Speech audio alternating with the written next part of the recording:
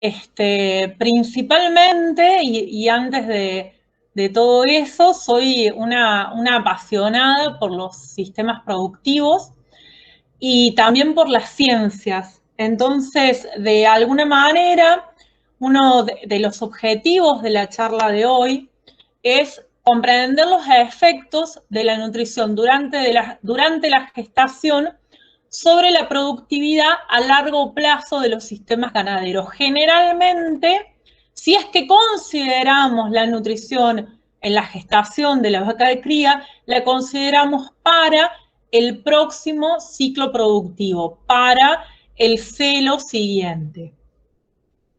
Y la posibilidad de integrar la información científica a la mirada sistémica ganadera. Este tema tiene mucho de algunos trabajos científicos que se fueron haciendo con sus resultados, y la idea de la charla esta es que puedan generarse planteos e interrogantes sobre el tema. La idea es que se vayan con más preguntas que con respuestas.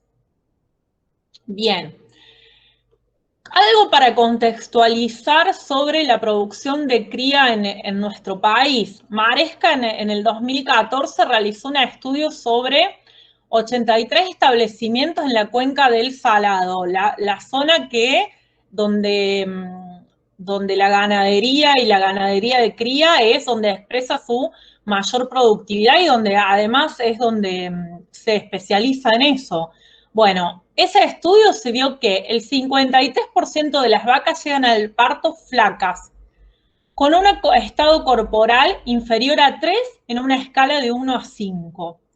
Por otro lado, también algo que conocemos, si bien no es tan habitual en esta zona, ni en este tiempo, pero sí que es una práctica habitual e indicada en los sistemas de cría, es restringir la nutrición de los vientres durante el otoño e invierno. Bien, teniendo en cuenta estos dos grandes características que nos sirven para conceptualizar, ¿qué podemos decir? Una, que la alimentación de la hembra preñada en general está enfocada en la reproducción posterior. A ver, ¿qué buscamos producir? ¿Cuál es nuestro objetivo? Nuestro objetivo es producir un ternero por vaca por año. Ahora la pregunta es, ¿estamos produciendo el mejor ternero que podemos por vaca por año? Y acá tenemos que tener en cuenta que este objetivo, si hablamos de sistemas que se plantean este objetivo. Porque, a ver, en otros sistemas, este objetivo es teórico de alguna manera y la vaca queda resignada a las peores pasturas o los peores alimentos del campo. Necesitamos considerar que el 70% de los costos de producción están en la alimentación. De esos, el 50% de la energía se usa en el mantenimiento de la vaca. Considerando esto, nos preguntamos, ¿restringir a la vaca permitirá aumentar la rentabilidad? Esto que decimos, a ver, restringimos la vaca para disminuir un poco los costos de producción. Restringir a la vaca nos permitirá aumentar la rentabilidad. Vamos a ver qué nos dice la ciencia en cuanto a esto. Yo ahora les voy a contar algunos estudios que se hicieron, y estos estudios, si bien difieren en el año, en el lugar donde se hicieron, las personas que lo hicieron, la suplementación o los alimentos que usaron, tienen una característica básica. A ver, se toman dos grupos de vacas, a uno se les da sus requerimientos, ¿sí? Durante la gestación, puede ser en el primer, en el segundo o en el tercer tercio, yo les voy a ir contando. Se las alimenta según sus requerimientos. Y al otro grupo se les da una alimentación deficiente.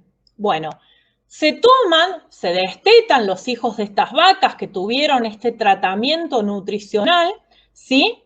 durante la gestación, se destetan y sus hijos se juntan para tener un mismo tratamiento alimentario, los hijos de las vacas con una adecuada alimentación y con una alimentación deficiente. Y luego se evalúan cómo se comportan esos hijos en su vida futura. Me interesa un montón que el diseño de los estudios que les voy a contar queden claros. Por eso, si me dejan anotado en el chat, si se comprendió el diseño y Victoria me cuenta para seguir avanzando. Pregunta Facundo, ¿en qué periodo productivo la vaca se restringiría? Para aclarar. Bien. Bueno, esto de la restricción se suele hacer en el otoño. A ver, no estamos hablando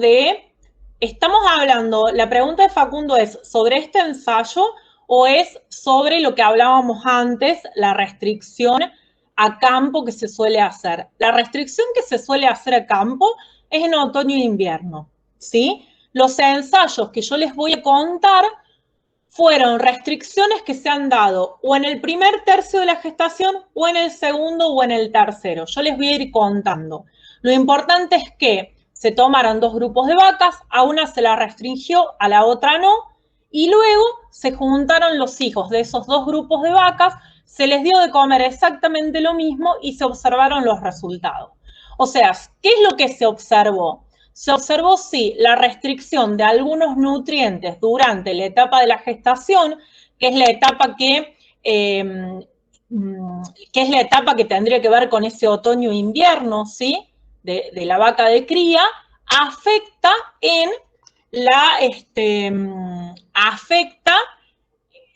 la productividad futura de sus crías. Bien, si no hay ninguna pregunta sobre esto, avanzamos. Así les voy contando. Bien, a ver. Y acá se tuvieron en cuenta los novillos y las vaquillonas de reposición.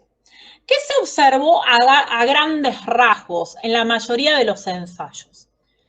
En la mayoría de los ensayos se observó que una madre que había tenido suplementación proteica y otras, en comparación con otras madres que habían tenido una alimentación deficiente en proteínas, ¿sí? Los hijos de las hembras que habían tenido suplementación proteica, cuando eran novillos presentaban mayor peso al destete, mayor porcentaje de marmoreo, mayor terneza, mayor peso de la carcasa caliente. Y que cuando esas vaquillonas iban a reposición, mejoraban un 15% el preñez y se mejoraba el 28% la proporción de las vaquillonas cabeza de parición.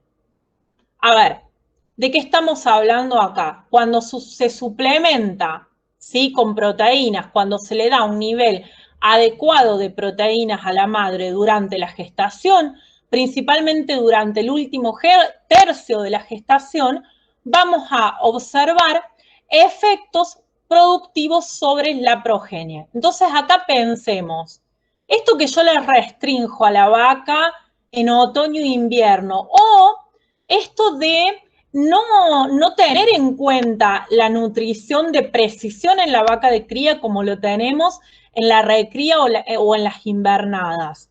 ¿Qué costo tiene en todo el sistema productivo? Bien, esta es la generalidad. Ahora les voy a ir contando sobre algunos estudios que se hicieron más con nombre y apellido. Miren. Aquí vamos a ver el efecto de la suplementación proteica en la madre sobre el rendimiento de las vaquillonas. Cuando estamos hablando de estos dos tratamientos, avísame, Vicky, por favor, si se ve el mouse en la pantalla. Sí, se ve. No sé si puedes poner el puntito rojo que se vea mejor. A ver, no me da la opción de ponerlo acá. Está abajo, si bajas un poco más, está el simbolito, un poco más a la derecha. Ahí No. apareció, ahí, un poquito, ahí. Ahí está, perfecto, muchas gracias. Acá estamos. Bien. Miren, a estas vacas, Las que dicen NS fueron las que no fueron suplementadas sobre un forraje base en el último tercio de la gestación. Y las sub son las que fueron suplementadas. Bien, en el trabajo en Martin, el del 2007, la suplementación, ¿cuál fue? Fueron 450 gramos por día de pellet de soja 3 veces por semana.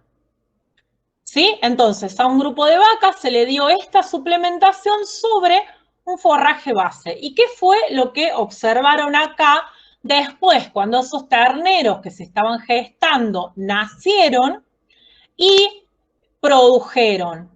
A ver, se observó en estos trabajos de investigación, por más que acá podamos observar que hay una diferencia, por ejemplo, en peso al nacer, 456 libras y 467 libras, como no hay letritas que los acompañe, significa que esta diferencia puede haber sido al azar. No es significativa estadísticamente. No sabemos si fue causada realmente por el tratamiento de la suplementación. Es por eso que vamos a ver en este caso únicamente los que tienen los resultados que tienen estas letritas acá al lado. Esos son los que valen estadísticamente hablando. Entonces, ¿qué es lo que se observó estadísticamente? Que los hijos de las vacas suplementadas, cuando se evaluaba el peso ajustado a los 205 días, que sería el peso al destete ajustado por la edad, tenían un mayor peso al destete. Y que las hijas de estas hembras, a su vez, tenían un mayor porcentaje de preñez. Luego, en el 2010, en un trabajo semejante hecho por Funston, ¿qué observó? Observó que sí había diferencias en el peso al nacer, una pequeña proporción de diferencia en el peso al nacer, eran un poquito más pesados los terneros de las hembras suplementadas. Ellos no observaron diferencias en el peso al destete, pero sí observaron diferencias en en la edad a la pubertad. Fíjense, las hembras llegaron antes a la pubertad cuando fueron suplementadas. Bien, vamos a continuar. Lo otro que observaron es que hubo un 28% en la proporción de vaquillonas hijas de madres suplementadas que fueron cabeza de parición. Ahora vamos a ver otro estudio que se hizo en el 2010, en las que un grupo de vacas, mientras estaban gestando en su último tercio de la gestación, estuvieron en un pastizal natural deficiente en proteínas. Y otro grupo de vacas que estuvieron en una pastura equilibrada en proteínas. Este grupo de vacas, cuando tuvieron sus crías, tuvieron los mismos tratamientos y sobre estas crías con los mismos tratamientos se realizaron estos análisis. Fíjense que este autor encontró diferencias al peso al destete. Las que habían estado en una pastura equilibrada en proteína habían tenido mayor peso al destete. El peso de la carcasa caliente también fue mayor y la terneza de la carne también fue mayor cuando la pastura se encontraba equilibrada en proteína. Acá, en la terneza de la carne, mientras menor es el valor, mejor es la terneza de la carne. ¿Por qué? Porque esta variable se mide con la fuerza que tiene que hacer un cuchillo para cortar un trozo de carne. Por lo tanto, si es menor, mayor va a ser la terneza. Entonces, fíjense, simplemente con darle una alimentación equilibrada en proteína a la madre durante el último tercio de la gestación, estamos aumentando el peso al destete, aumentando el peso de la carcasa caliente, que eso es mayor rendimiento y eso se traduce en mayor dinero, y aumenta la terneza de la carne, también tiene efectos sobre la calidad de la carne. Quiroga, y estos resultados que yo les conté hasta ahora son resultados de algunos trabajos que se hicieron en Estados Unidos con condiciones con proteína, en general las características de la suplementación proteica eran con burlanda, diferentes a las dietas que se dan acá, estos y otros trabajos, ¿no? Con condiciones ambientales mucho más fuertes, mucho más severas, y además con la parte de la recría y de la terminación, son recrías, eran muy intensivas y además con implantes de ceranol. Entonces, ¿qué es lo que se empezó a decir cuando aparecieron estos trabajos 2006, 2007, 2010? Bueno, ¿qué pasa en Argentina con nuestros contextos, con nuestros sistemas, con nuestras vacas? Entonces, miren, este es un trabajo que hizo Quiroga en el año 2016, que analizó los resultados de tacto en vaquillones de 15 meses, entre el 2001 y el 2016, en la región del suroeste de Buenos Aires. Quiroga estableció que identificó vacas que fueron restringidas durante la gestación durante estos 6 años y observó que las hijas de las vacas restringidas alcanzaron un 87% de preñez, mientras que las provenientes de vacas no restringidas alcanzaron un 90% de preñez. Estamos hablando de un 3% de puntos de preñez que cambian según durante, y además estos porcentajes de preñez van a cambiar durante toda la vida productiva de la vaca. Observemos acá cuáles son los beneficios o los problemas de no tener en cuenta qué le estamos dando de comer a la vaca de cría durante su preñez. Esto es muy importante comenzar a tenerlo en cuenta. ¿Por qué? Porque es algo que si no pasa, queda en la transparencia, o sea, es algo que si no se hace evidente a partir de estos estudios, no lo vemos o no nos damos cuenta.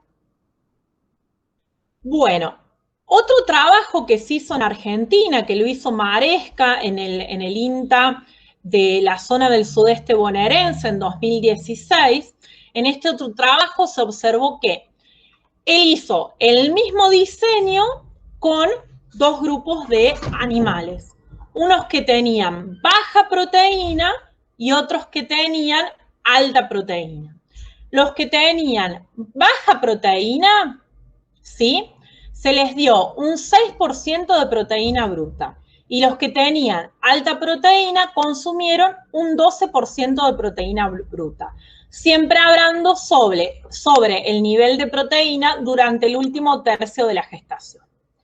Bien, ¿qué observamos acá? Vamos a ver, esto es el de 6%, esta columna, el del 12% y este es el valor P. ¿Qué significa este valor P? Bueno, cuando este valor P es menor a 0,05, como por ejemplo acá, quiere decir que estas diferencias se debieron a los tratamientos que nosotros les hicimos a los animales. Entonces, ¿en dónde encontraron diferencias estas personas? No encontraron diferencias ni en el peso al nacer, ni en el peso al destete, ni en la ganancia diaria de peso vivo, pero sí en todo lo que sea el desarrollo óseo del animal, en la circunferencia del metacarpo, en la circunferencia del tórax, en la circunferencia cefálica, en la alzada, en la altura, en la alzada sobre el peso al nacer. Bien, y estos datos, estos resultados que son acá muy bajitos, como 0,04 o 0,08, hay que prestarles atención porque quizás si aumentamos el número de individuos en el ensayo, puede que nos den diferencias significativas. Así que son para prestarles atención. ¿Qué podemos decir? Bueno, en el 2016 no dieron grandes resultados con esta cantidad, con este porcentaje de proteína bruta y con estas características del ensayo. Vamos a seguir viendo qué fue pasando con los otros ensayos.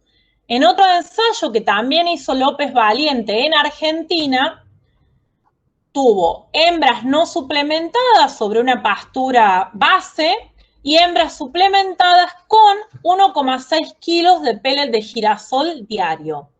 Y lo que él observó fueron diferencias significativas en el peso al destete. Los hijos de vacas suplementadas tenían mayores pesos al destete y a su vez tenían mayores ganancias diarias de peso vivo. O sea que suplementación proteica 75 días preparto, aumento de el peso al destete y el aumento diario del peso vivo. Bien, este es otro trabajo del 2009 que también es americano y que no solo muestra diferencias en el peso al destete, sino que también muestra diferencias en la calidad de carne al nivel del marmoreo. El marmoreo es esto que se habla mucho en el tema de calidad de carnes, que muchas veces pensamos en cómo mejorar el marmoreo de nuestras carcasas. Bueno, aquí Larsson nos da una respuesta, pensando en cómo alimentamos a la madre en el último tercio de la gestación. Aquí, para decir, bueno, pero ¿qué pasa si hay diferencias genéticas? Bueno, en este ensayo es del 2021, es de hace muy poquito, lo que se hizo fue producir mellizos in vitro, implantar estos mellizos en diferentes hembras receptoras y darles un tratamiento nutricional a las madres diferente en la segunda mitad de la gestación. Al grupo 1 se le dio el 100% de los requerimientos energéticos según el NRC. Y al grupo 2 se le dio el 70% de sus niveles de requerimientos energéticos. Bien, ¿qué pasó acá? Ellos hicieron un ensayo en el que pesaron y analizaron el páncreas de los fetos. Y encontraron que hubo un menor peso y menor desarrollo del páncreas en los fetos en los que su madre habían sido alimentadas con un 70% de la proteína que me dice el NRC, de los requerimientos, energéticos que hay que darles según el NRC. Fíjense que no es mucha la diferencia, no es que a una se la alimentó con el 100% y la otra con el 50%. Se le redujeron el 30% de sus requerimientos energéticos. El páncreas de estos fetos tenía menos peso y los fetos presentaban menor insulina plasmática. A ver, la insulina plasmática está relacionada con el metabolismo energético. ¿Y el metabolismo energético con qué está relacionado? Está relacionado con nuestras posibilidades de transformar pasto en carne.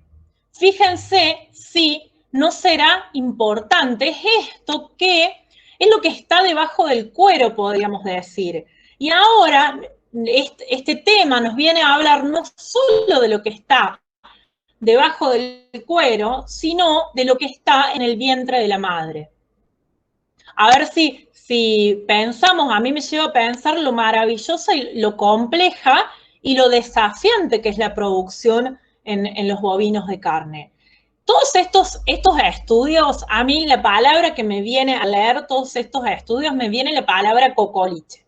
A ver, hay una mezcla de estudios que se hicieron, hay una mezcla de resultados. Bueno, ¿quién fue alguien que hizo un resumen de estos resultados? Fue Por Domingo en el año 2018. Por Domingo en el año 2018 presentó estos resultados divididos en dos partes. A ver, los efectos que hay sobre el potencial de crecimiento en la progenie. A ver, cuando afectamos la alimentación en la primera mitad de la gestación, hay menor desarrollo muscular, se afecta la conformación, se deprime la inmunología. Cuando se afecta la alimentación en la primera mitad de la gestación, por ejemplo, tenemos mayor predisposición a enfermedades respiratorias y de diarrea en los terneros. Disminuye la función pancreática y hepática y hay menor rendimiento carnicero. Miren, desde el momento en que nace el ternero es sensible a los problemas respiratorios y las diarreas neonatales, hasta el rendimiento de la carne.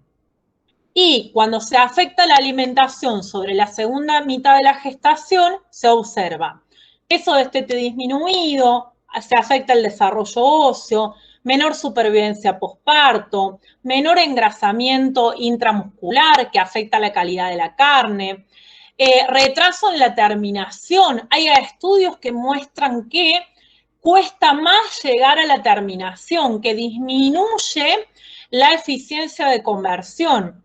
Hay menor homogeneidad en la cobertura grasa de los animales y menor rendimiento de la res al gancho. Nosotros en general, cuando observamos el rendimiento de la res, ¿a dónde vamos? ¿Dónde buscamos mejorar? Vamos a lo que está más cerca, decir, bueno, voy a mejorar la recría, voy a mejorar la terminación. En general no se nos ocurre decir, che, pero ¿qué comió esta madre en el último tercio de la gestación? Y por otro lado están los trabajos que han estudiado los efectos sobre la progenie de las hembras para reposición. ¿Qué genera una disminución o cuando se afecta la alimentación? En la primera mitad de la gestación afecta la habilidad materna, la producción potencial de la leche afectada, la densidad de los óvulos. Ya vamos a ver qué pasa cuando y por qué se afecta la fertilidad futura de las hijas de estas hembras. Irregularidad en los ciclos estrales, sí, menor expresión de la fertilidad, menor expresión de los celos.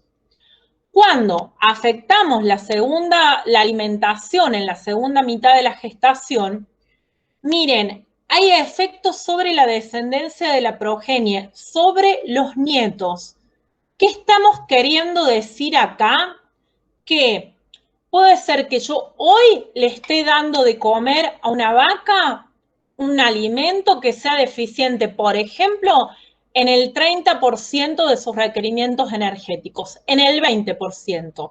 Bueno, esta decisión que yo estoy tomando hoy o no, que tiene que ver con el contexto, que tiene que ver con la alimentación, que tiene que ver con un año que vino más seco, me va a repercutir seguramente en los nietos de esta vaca de cría. Y ahí, a mí realmente cuando empecé a leer estos artículos se me empezó a abrir el cerebro porque decía, ¿cómo puede suceder esto? Me gustaría saber si en el chat tienen ganas de ir escribiendo qué ideas les surgen o qué cuestionamientos les surgen a partir de lo que les he estado contando. Yo voy a sacar un momento la presentación, así puedo verlos.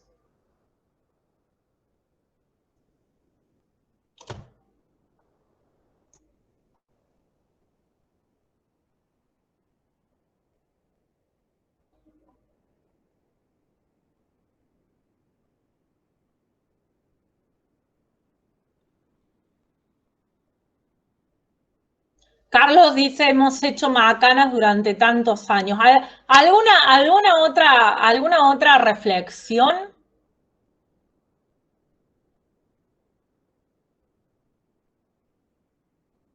A ver, quiero ver las preguntas. Facundo dice, ¿qué pasaría con los terneros que tengan diferentes pesos al destete y que vayan a convertir con los más grandes con un alimento al corral junto? Bueno, sí, ahí lo que sucede es como empiezan a interactuar todas podríamos decir, todos los aspectos y todas las características que van a afectar el aumento diario de peso vivo, pero en estos ensayos en general lo que se hace es categorizar bien a los animales. O sea que en este caso, gracias Carlos.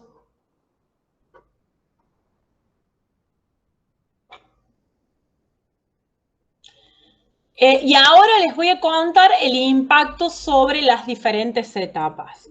¿Alguna otra reflexión o alguna otra pregunta al respecto hasta acá de lo que les he ido contando?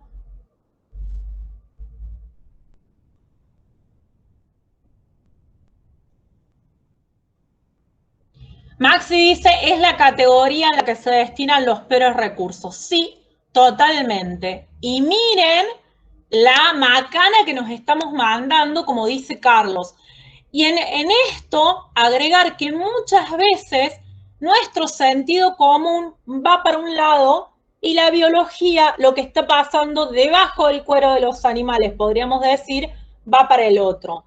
Por eso es que es muy importante empezar a integrar el sentido común con la biología, empezar a integrar el sentido común con los procesos biológicos. Es por eso es que es tan importante conocer cuál es la fisiología de la producción bovina de carne, la fisiología de la alimentación.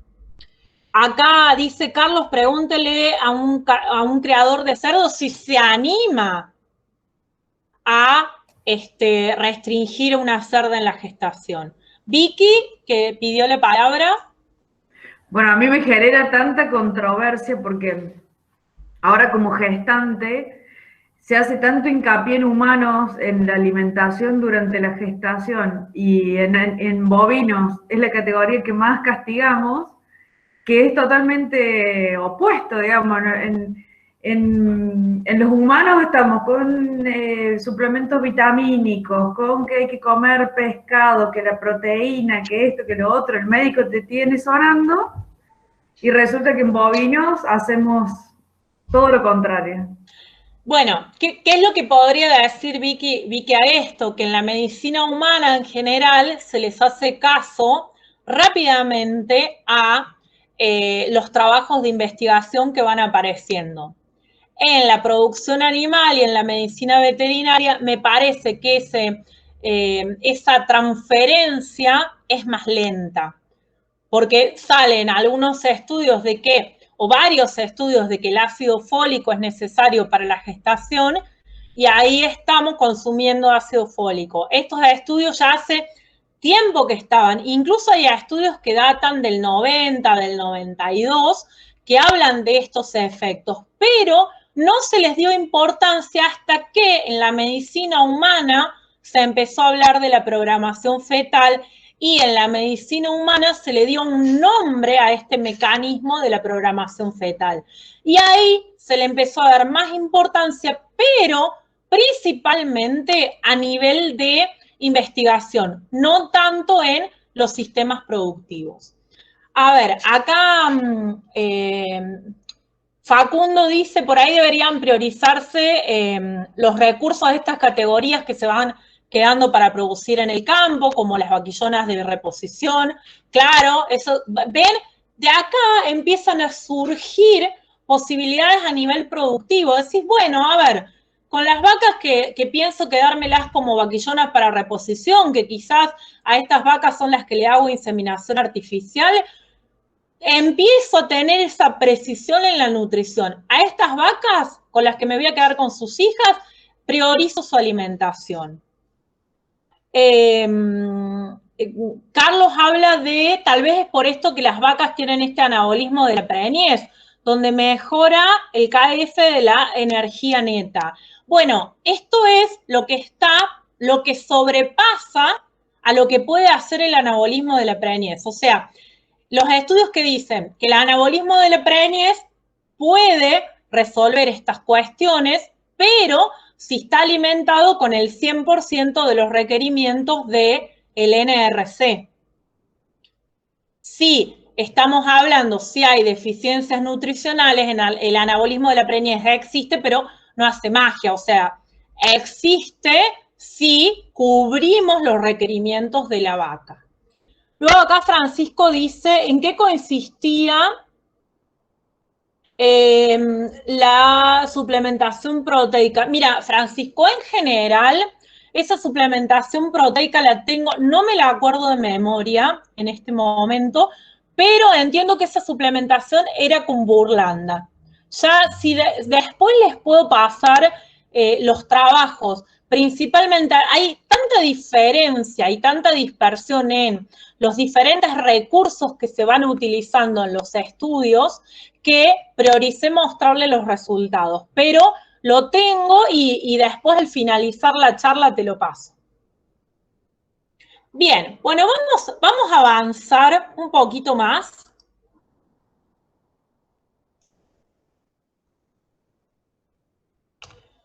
A ver, ¿qué nos diría la programación fetal? Programación fetal es el proceso metabólico que explica este efecto. ¿Por qué se da esto? Que yo le doy algo de comer a la vaca durante la gestación y se afecta la producción futura de las crías. Esto se explica por un efecto metabólico que se llama programación fetal. ¿Qué implica? Implica que el ambiente materno durante la gestación afecta el desarrollo posterior del feto, condicionando la expresión de los genes de manera... Laura, ¿Sí? preguntan, usted está hablando sobre, no está presentando la pantalla, está haciendo... Ay, gracias, muchas gracias. Ah, claro, los alumnos empezaron a preguntar.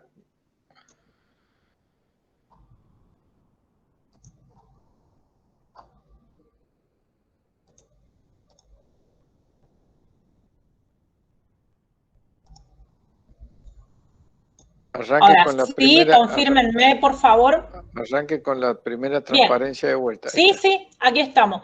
Bueno, el efecto, ¿sí?, que nos produce Póngalo en modo presentación, Laura. El efecto metabólico que nos produce esto que vemos a nivel productivo, ¿con qué tiene que ver? Tiene que ver que el ternero en general se gesta en un ambiente y se recría y se termina en otro. La programación fetal hace que, a ver, el ambiente materno durante la gestación, el ambiente nutricional materno durante la gestación, afecta el desarrollo posterior del feto y lo condiciona genéticamente. ¿Pero qué es lo que condiciona? La expresión de los genes. ¿Y cómo lo hace? Lo hace de manera permanente y heredable. A ver, que esto que se transformó en los genes se puede transmitir a las crías. Y ahí empezamos a preguntarnos, che, pero ¿no era que el ambiente no se transmitía a las crías? Acá, ¿qué pasa? Empieza a hacer, esto, a ver si se entiende bien la figura, es alguien que está queriendo entrar a su casa con un puerto USB. Seguramente esto ha transcurrido entre las 4 y las 5 de la mañana aproximadamente.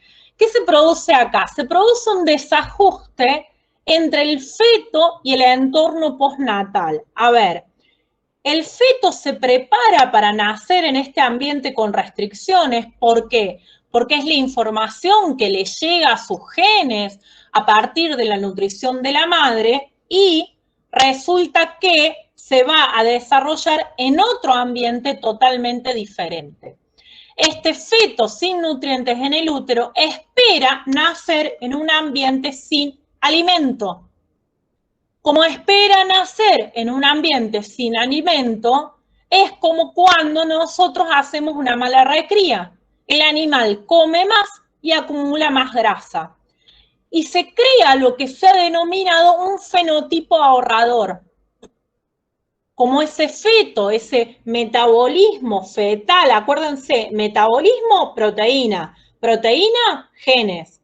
Como ese metabolismo fetal que ocurrió durante la gestación, nutricionalmente estuvo afectado porque le faltaron nutrientes, sus genes se comportan en base a lo que cree que va a necesitar el animal en la vida adulta. Y ahí el paquete metabólico que dice, voy a necesitar, voy a tener poco alimento, necesito acumular más grasa. Y ahí se crea este fenotipo ahorrador. Miren, este es un resultado de un ensayo entre la Facultad de Agronomía de la UBA y el INTA que se hizo en el 2014. El animal, este acá, es el característico del fenotipo ahorrador. Miren la cantidad de grasa que ha acumulado este animal. Esto es plata que nosotros perdemos. Siempre recordemos que el músculo es 70% agua. Económicamente es mucho más barato producir músculo que producir grasa. Miren la cantidad de plata que nos estamos perdiendo acá por un poquito de suplementación proteica que podríamos haber invertido en el último tercio de la gestación. Este efecto no se revierte con la alimentación posterior. Le demos de comer lo que le demos de comer a los animales. Ninguno de los estudios, desde 2008 hasta, estuve buscando los últimos estudios también, no hay efecto, no hay estudios que digan que, bueno, pero yo le doy de comer otra cosa y esto se revierte. No. Entonces, a ver, para tener como una nota para llevarnos a la casa. ¿Cuál es? A ver, ¿por qué la biología hace esto? ¿No? Una pregunta para hacernos. La biología hace esto porque en ambientes restrictivos nutricionalmente es bastante lógico. Estoy produciendo animales mejores adaptados a malas condiciones ambientales. Probablemente, si ese ternero seguiría teniendo bajos recursos, va a estar mejor, o esa hembra, hablemos de la hembra de reposición, va a estar mejor adaptada para vivir y para reproducirse en ese sistema con bajos recursos. Lo que pasa es que nosotros estamos haciendo una desintegración. A la vaca de cría y al feto le estamos dando de comer una cosa y a la ternera de reposición y al novillo, para terminación, le vamos a dar de comer otra. Es como que estamos fabricando un Nokia 1100 y esperamos que sea un Apple, esperamos que sea un iPhone. Si vamos a fabricar un iPhone, le tenemos que poner recursos para fabricar un iPhone. ¿Sí? Con los materiales para fabricar un Nokia 1100 no vamos a fabricar un iPhone. Esto es exactamente lo mismo. ¿Y por qué se da esto? Miren este gráfico. Si acá está la concepción y acá está el nacimiento, vamos a centrarnos en esta parte, ¿sí? Lo rojo son las células pluripotenciales. ¿Qué son las células pluripotenciales? Son las células que se pueden transformar en cualquier cosa. Al inicio de la concepción, el embrión es un globito de células que puede llegar a ser del ojo, del hígado, del páncreas, de la pezuña, y ese globito de células empieza a diferenciarse. Más o menos de la mitad de la gestación hacia adelante empiezan a diferenciarse bien esas células y empiezan a producirse, a generarse los adipocitos. Y acá, Du, que es la persona que estudió este desarrollo, yo después les voy a dejar este cuadro porque habla de varias cosas, pero ¿qué es lo que estudió? Estudió qué es lo que va pasando en cada uno de los trimestres de la gestación y empezó a relacionar el desarrollo embrionario con el efecto de la restricción. A ver, si en el primer y segundo tercio, ¿qué observó? Que en el primer y segundo mes, se produce el desarrollo de los pulmones. Bueno, resulta que las restricciones acá aumentan la incidencia de las enfermedades respiratorias. A ver, entre el segundo y tercer mes se forman los ovocitos, los folículos. ¿Qué pasa si hay una restricción acá? Se afecta el desarrollo testicular de los machos y la reserva folicular de las hijas.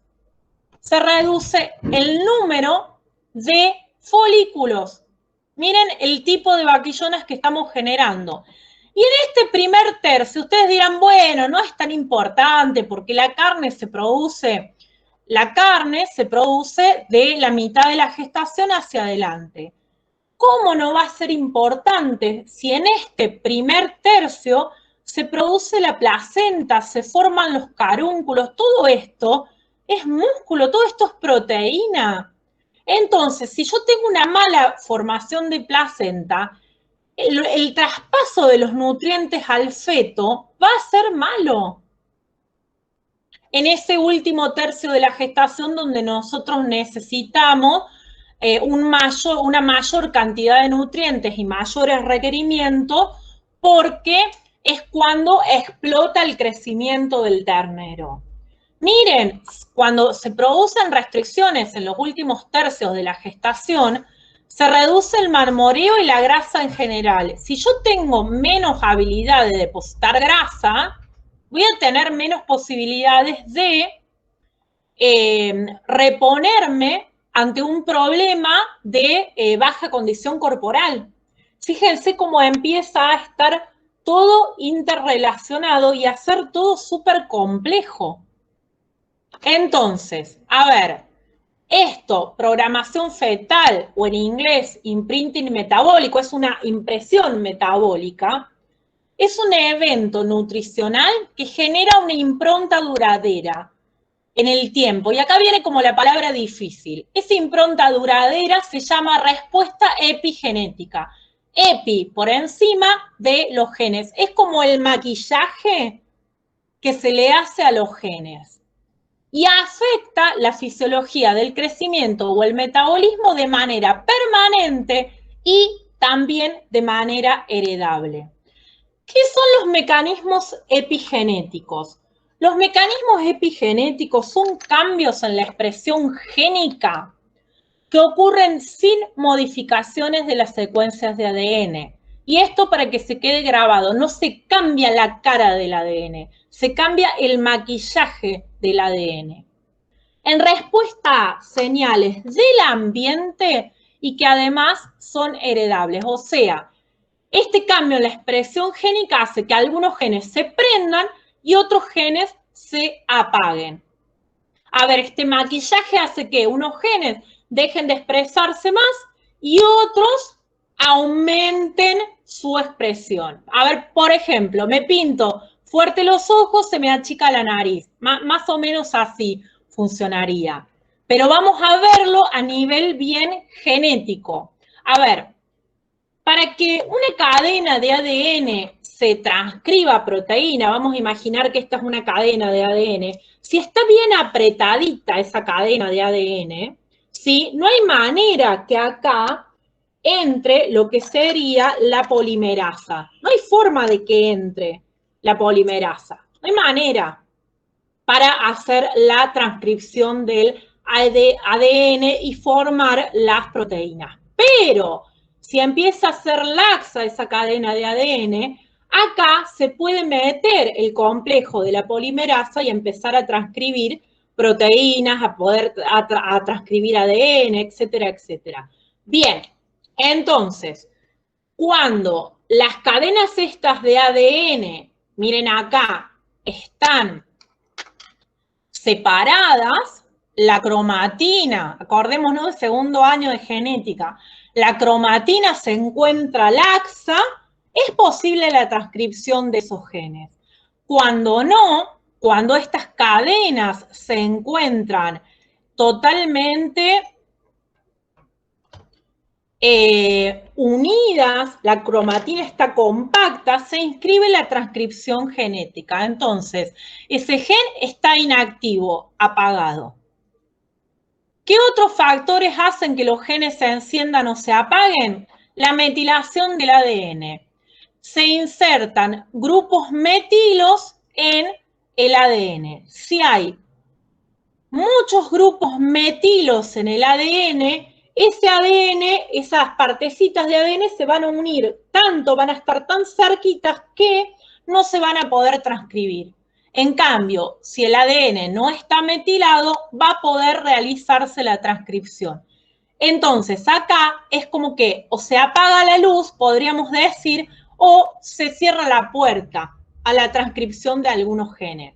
Si hay metilación, ¿sí? La metilación es producto del efecto epigenético que se da por un efecto nutricional en el ambiente y hace que se apaguen algunos grupos de genes.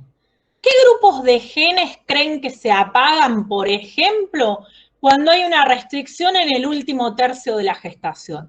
Bueno, muchos estudios marcan que estos grupos de genes que se apagan son los relacionados a la hormona del crecimiento, Y es totalmente lógico. A ver, voy a tener menos alimento. ¿Qué me dice? Hay un emisor, que es el ambiente. Hay un receptor, que es la madre, y hay un mensaje. El mensaje que me dice, che, acá cuando nazca el ternero va a tener menos alimento. Bueno, vamos a reducir entonces las posibilidades del metabolismo del feto para que se pueda adaptar a este ambiente con menos alimento. ¿Qué se observó? Esto es un estudio uruguayo. En los hijos de hembras restringidas en el segundo y último tercio de la preñez, se afectan los genes relacionados a la hormona de crecimiento. La hormona de crecimiento es la que hace que se desarrolle músculo y que se desarrolle hueso. O sea, es atrás de las medias reses que nosotros vendemos está la hormona del crecimiento. Atrás, a ver, cuando hablamos de que se afecta la expresión de los genes, estamos hablando de que se afectan las generaciones de proteínas. ¿Proteína qué es? Proteína es carne, proteínas son hormonas, proteínas metabolismo. O sea que estamos afectando acá atrás, tras bambalinas, sin verlo, esto es lo que hay atrás de los sistemas productivos. Y nosotros los estamos afectando sin saber, por desinformación, a partir de la nutrición de la madre.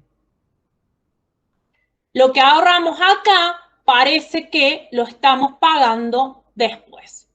Y no es que, a ver, si yo soy un productor de cría, bueno, en realidad no lo pago. Sí, lo pago porque hay un efecto sobre las hembras y además estamos hablando sobre todo el sistema de la carne. Y ahí la pregunta que surge, o por lo menos que me surgió a mí un momento, es, che, bueno, si las deficiencias de proteína me producen todo esto, ¿qué hacemos? ¿Le damos para que tenga proteína a la vaca?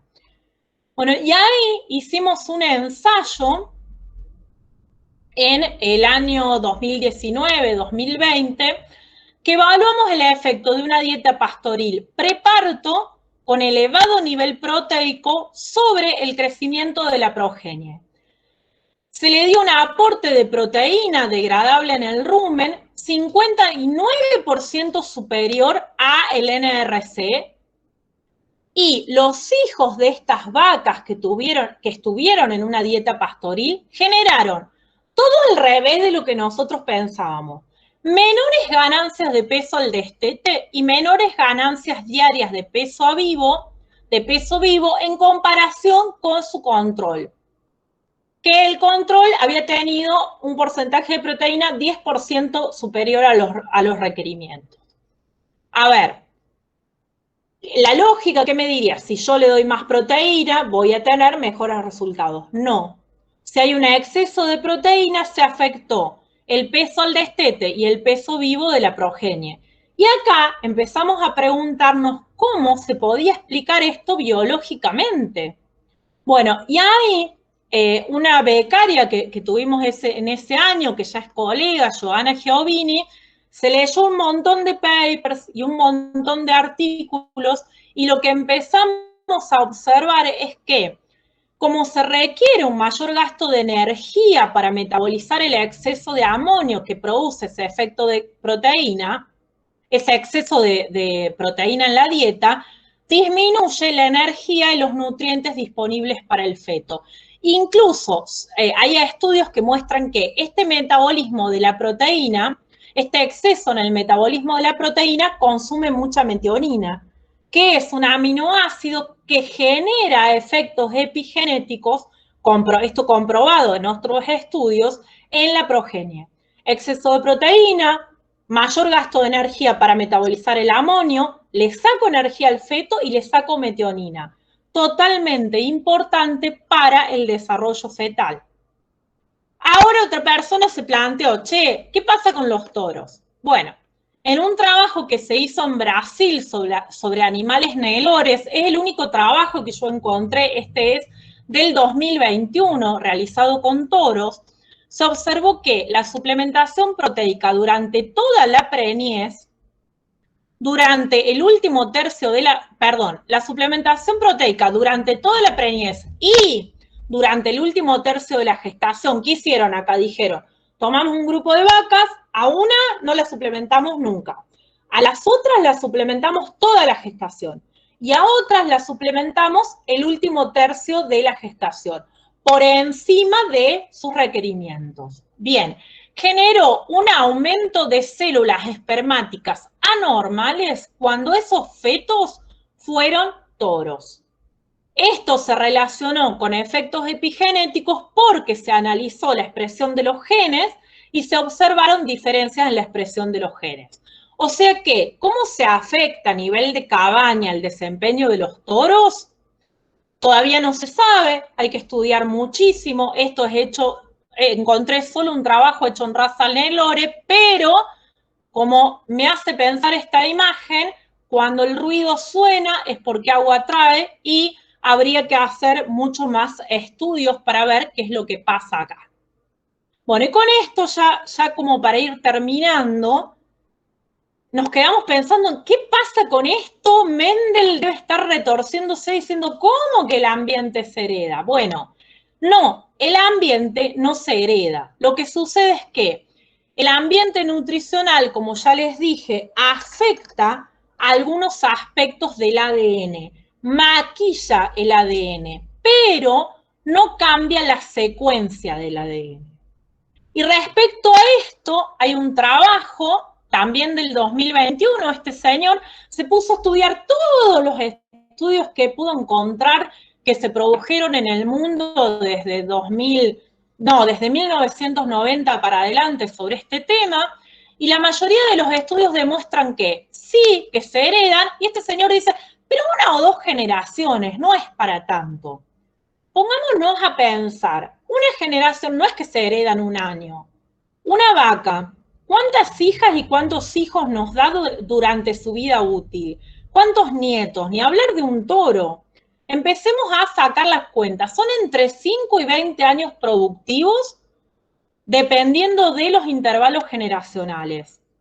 Saquemos la cuenta cuánto nos afecta acá, 5 kilos, 10 kilos más o 10 kilos menos al destete. 3% más o 3% menos de porcentaje de preñez. Y por último, para reflexionar, cuando estamos viendo una vaca preñada, no solo estamos viendo una vaca preñada, estamos viendo una vaca que está preñada de una media res o de una vaquillona que va a ser una futura reproductora que va a tener un feto que a su vez va a dar una media res. Entonces, no solo la nutrición de un animal comienza durante la gestación, la nutrición de todo el sistema de carne comienza durante la gestación. Y ahí les dejo picando la pelota.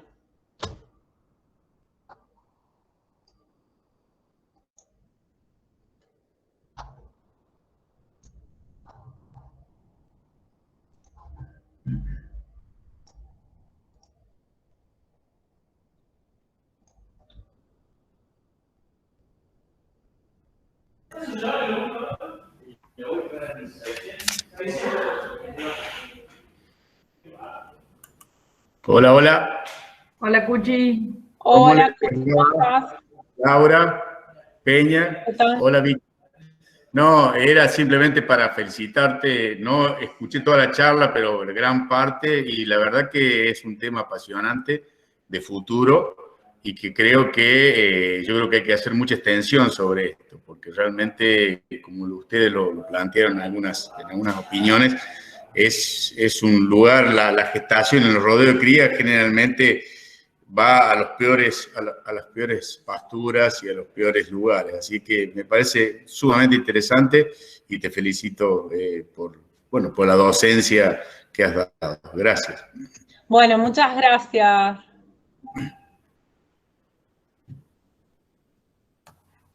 Bueno, abrimos un espacio de intercambio de preguntas de los presentes, estudiantes, productores y graduados, así que pueden ir o pidiendo la palabra por el chat o simplemente abriendo el micrófono y preguntando.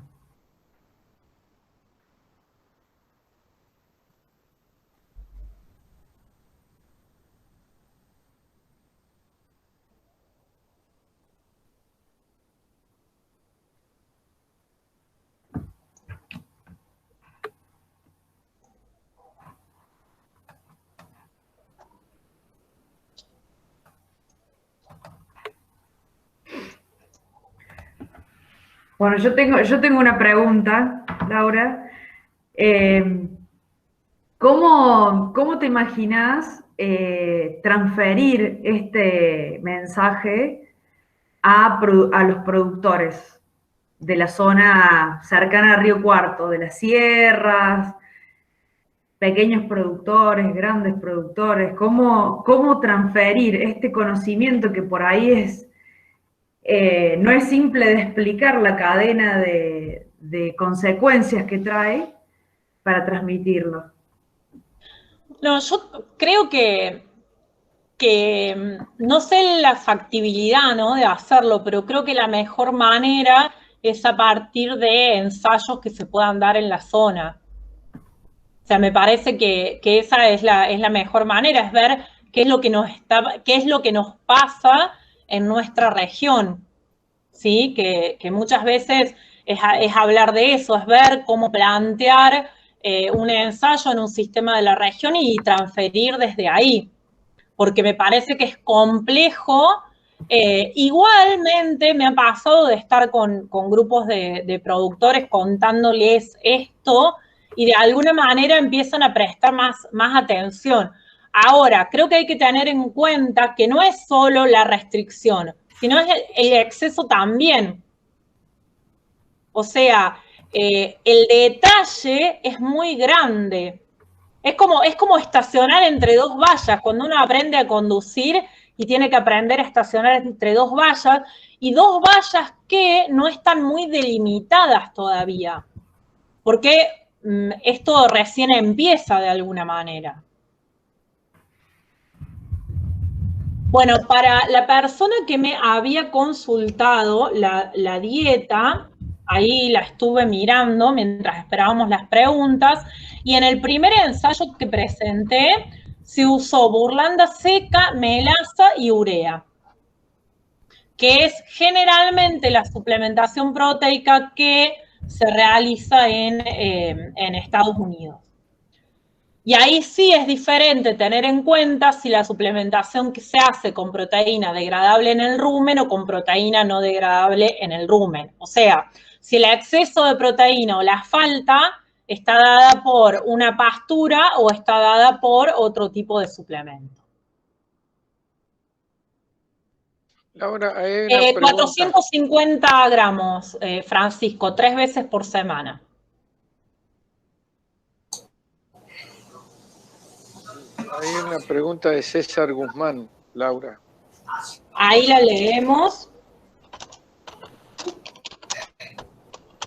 Igualmente, esto que les pasé yo del ensayo de la burlanda seca de 450 gramos 3 veces por semana, no es para transferirlo así como tal. Creo que hay que ver qué es lo que están comiendo los animales, ver los requerimientos, etcétera, etcétera. A ver, César Guzmán. ¿Existe alguna manera objetiva de medir el nivel óptimo de la proteína a suplementar para no caer en el déficit o en el exceso? Mira, César, en general, el NRC te dice que los requerimientos de la vaca de cría son entre un 10 y un 11%. Lo que yo he observado en los diferentes trabajos es que un déficit de eso, o sea, un déficit en el 10%, en el 20% de ese porcentaje, ya te está generando efectos. Ahora, en el límite superior, por los estudios que he visto, hay más margen, ¿sí? O sea, en el límite superior nos podemos ir a un 15, a un 16, que no es lo más común, pero en las cabañas sí se da, por ejemplo. O en los sistemas donde le hacen comer a las vacas, por ejemplo, un tritical en el último tercio porque era lo que tenían en ese momento. Entonces ahí es lo mismo, hacerle un análisis nutricional a la pastura y regularla a partir de eso. Muchas gracias, profe. Gracias a vos, César.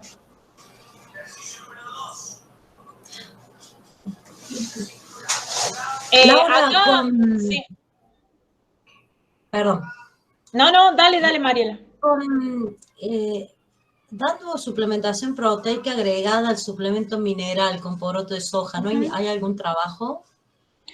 No he visto trabajos con soja. Los trabajos que he visto en Argentina son con pellets de girasol. Pellet.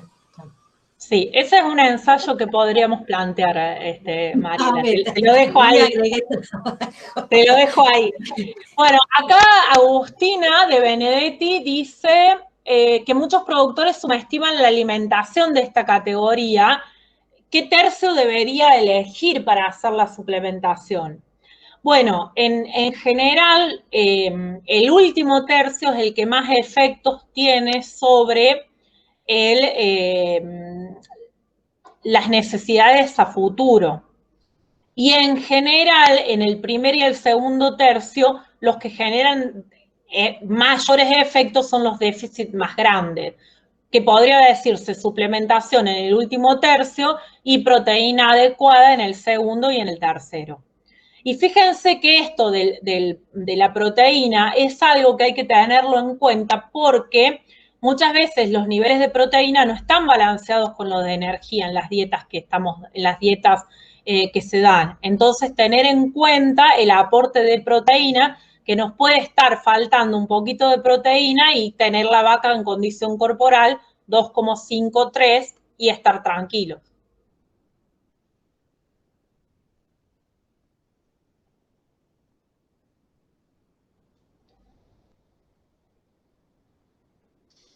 Bueno, a ver, Luciano, ¿qué pregunta? Luciano, no hay desmaquillante. Esto es como un tatuaje, ahí estuvo, el ejemplo es un tatuaje que se le hace. Bueno, la próxima vez que haga la presentación no me voy a hacer el tatuaje en la cara, voy a seguir con lo del maquillaje, pero sí tener en cuenta que acá no tenemos desmaquillante, ¿sí? El maquillaje de la secuencia genética probablemente esté condicionado por el aspecto limitante y en este caso sea importante hacer una suplementación proteica. Y saber que me parece que es importante que la suplementación proteica no es necesario hacerla diariamente. La suplementación proteica no es como la suplementación energética. Se puede hacer día por medio, por ejemplo. Se puede hacer 3 veces por semana. Eso hay que ir viéndolo en cada sistema productivo.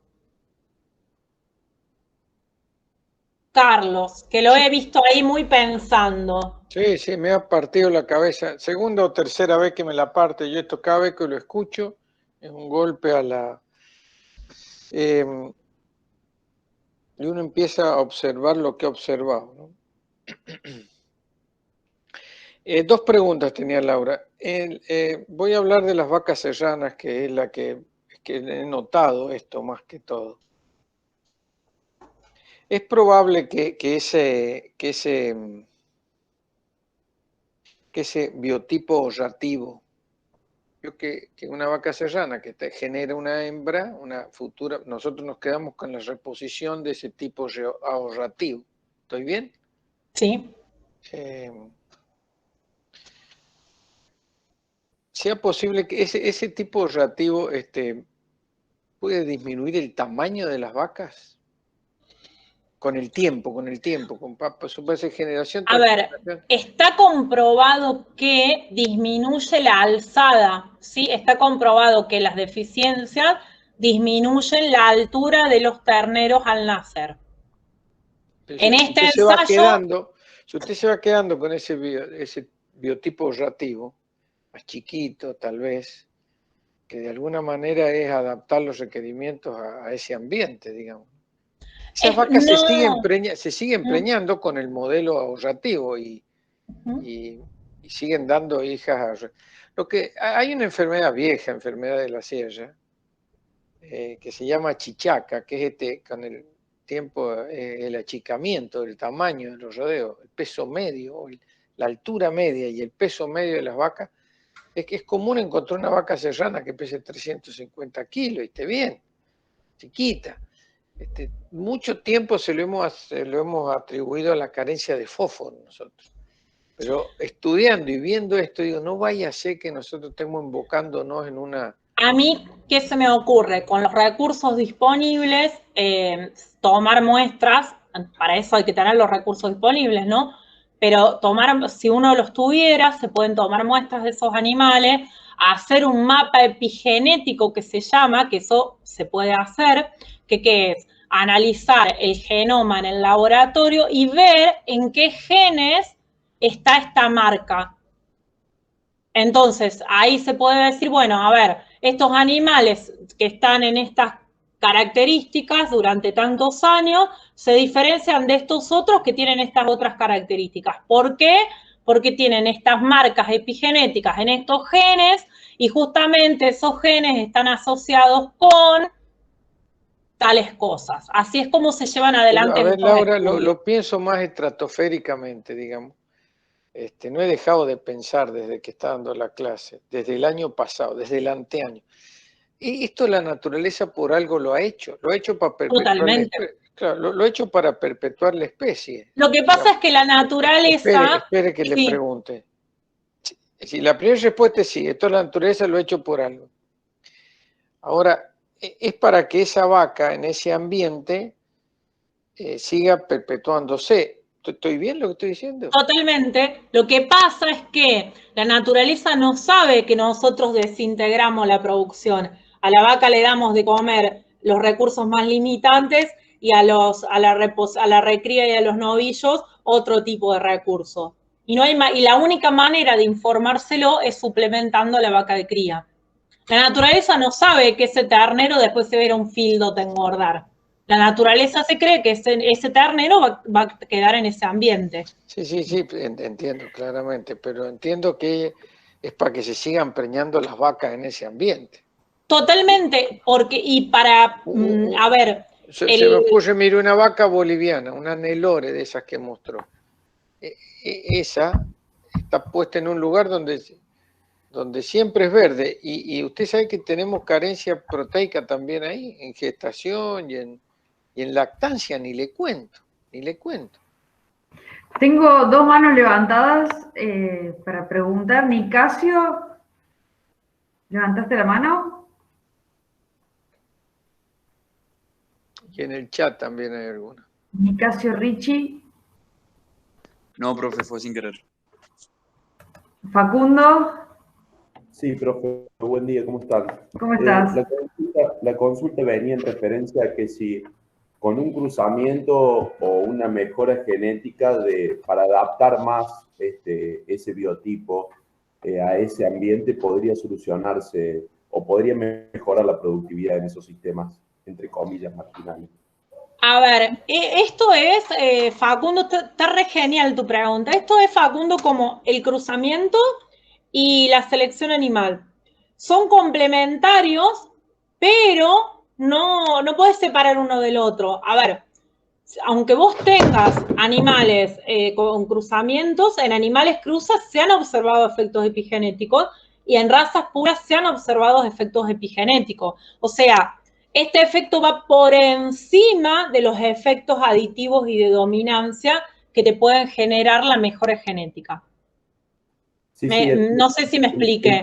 Sí, entiendo, Laura, pero mi pregunta hacía referencia si uno, digamos, mejorando la adaptabilidad, digamos, se puede aprovechar más o disminuir ese efecto de los efectos epigenéticos, digamos, del ambiente. Mira, no he visto estudios que hayan trabajado sobre eso, pero la lógica de la biología, ¿qué me dice? Me dice que mientras mayores sean los requerimientos de estos animales, probablemente mayores sean los efectos epigenéticos, porque mientras mayor potencial de crecimiento tengan los animales, mayor efecto les va a generar esa restricción. Bien, gracias. ¿Me explico? No es algo que lo haya visto como un ensayo planteado, me parece súper interesante la pregunta. Sí, leí ensayos en todas las razas, con un montón de ensayos en cruzamientos, ensayos en diferentes planteos que comparaban razas, comparaban cruzamientos, Nelores, Índica, de todo. En todas había efectos epigenéticos. Obviamente que si vos tenés estos efectos epigenéticos y haces una buena recría, va a ser diferente que si haces una mala recría. Es la suma de todos los componentes, me parece, del sistema productivo. Muy bueno, muy bueno. Laura, ahí Francisco Somaré ha hecho una pregunta interesante. Exacto. Y me gustaría que la debatiéramos un poquito, si nos deja, si le parece. Totalmente. Dele, contéstesela. Bueno, Francisco, yo te voy a responder lo primero que me vino a la mente. A ver, creo que lo primero es la desinformación y el desconocimiento del efecto que esto tiene a nivel sistémico. ¿Por qué? Porque cuando sabemos que algo nos va a generar mayor ganancia de dinero, en general superamos los desafíos que se presentan a nivel del personal, del manejo o económicos. Yo voy por ahí. Creo que es una desinformación porque en general en los sistemas productivos superan estos desafíos cuando están bien informados. No sé qué. Yo quería decir algo. Mire, tal vez el Cuchi debe estar escuchando. ¿Sabe hace cuánto que nosotros, como generación de técnicos, venimos diciendo que hay que suplementar con proteína a las vacas hace cientos de miles de años? Cientos de miles de años. Y lo decíamos por otra cosa, por el rumen, no por esto. Lo decíamos para poder mejorar la digestibilidad. Esto nos lo enseñaron cuando yo iba a tercer año y al Cuchi también en nutrición. Es una cosa muy antigua esta cuestión de darle proteína a las vacas en invierno. Muy antiguo. Lo que no sabíamos era esto que está contando la Laura. Sin embargo, no vaya a creer que hay que estar encima de los productores para que puedan le den a las vacas de comer. No, les den a las vacas de comer. No es una cuestión económica, es una cuestión cultural. Por eso el Cuchi al principio, el doctor Gerardo, perdón, me dijo al principio, es un desafío de extensión, además del que tenemos. Además, y justamente en los productores más chicos, en todos, ¿no? El ajustar la dieta, por eso yo voy a hacer una apelación durísima, que esto es a nivel de los técnicos. Yo creo que los técnicos no se la creen a esta cuestión y también eso es un problema, ¿no es cierto? Como técnicos nosotros tenemos que estar detrás de esa cuestión, no por esto que nos ha dicho la Laura, por supuesto que esto tiene, pero el nombre es asegurar por lo menos las condiciones mínimas para que una vaca ande en la sierra. Si no, lo que hacemos con las vacas es subirlas con condición corporal y bajarlas cuando pueden bajar, que se adelgacen y se vengan para abajo y vuelto otra vez a arrancar. Bueno, el tema es ese, y no solo esto, en Santiago, en Salta, donde vaya usted, en Corrientes, atiéndame, tener que darle proteína a las vacas no es un descubrimiento de la epigenética de ahora, es de antes. Y el problema está no solo en los productores, sino yo creo que también en los técnicos, ¿usted sabe?